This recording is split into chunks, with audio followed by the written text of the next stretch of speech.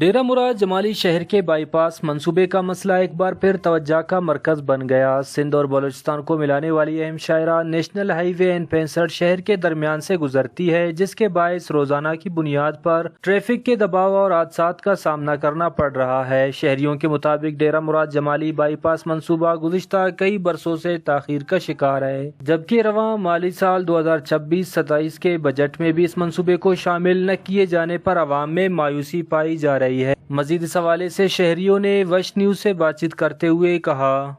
شمار خبر ہے کہ ڈیرہ مراد جمالی اصل ضرورت ہے بائی پاس، اس لیے مدن سٹی مدن ڈویژن صاحب جناب ہے، اس لیے بائی پاس اگر نہ بھی تو میں عوام ساتھ بس نہیں ہے، اور 10 سال بھی میں بائی پاس کار رک رہی ہیں، ٹھیکیدار ملی بھگت بھی کار بار بندش ہے، پیسوں وارت شو اور نگاہ طرح پجی ملاوٹ کری ہے، لیکن ماد کچھ ضرورت باز ہے عوام میں سکھ وقت ہے، روز بروز حالات بھی خراب ہیں، شوقندہ کے رش محروم بھی ہے ڈیرہ مراد جمالی وچم میں گزارش ہے بعض اللہ مہربانی کرے کہ بائی پاس دوبارہ نہ کرے۔ میں NH اور اپیل کروں اور یہ انتظامیہ نو منتخب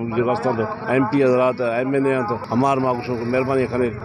دوبارہ کاروائی اسٹارٹ کریں بائی پاس ہے۔ شہریوں نے وفاقی حکومت اور نصیر آباد کے MNAs اور MPAs سے مطالبہ کیا کہ نیشنل ہائی وے N65 کے بائی پاس منصوبے کو فوری طور پر ترجیحی بنیادوں پر بجٹ میں شامل کیا جائے، فنڈز جاری کیے جائیں اور کام کا آغاز کر کے ڈیرہ مراد جمالی کے شہریوں کو درپیش مشکلات کا مستقل حل نکالا جائے۔ کیمرہ مین معشوق رند کے ساتھ ریاض بلوچ، وش نیوز، نصیر آباد۔